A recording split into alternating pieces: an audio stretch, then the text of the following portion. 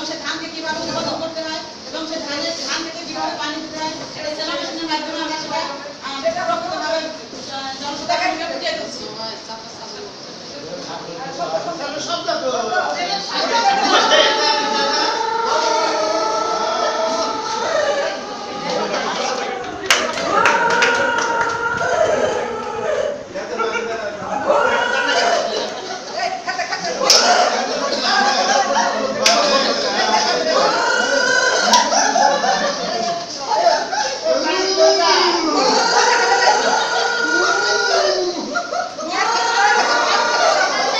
পানি সরাই দেন, মুখের থেকে একটু পানি সরাই দেবেন।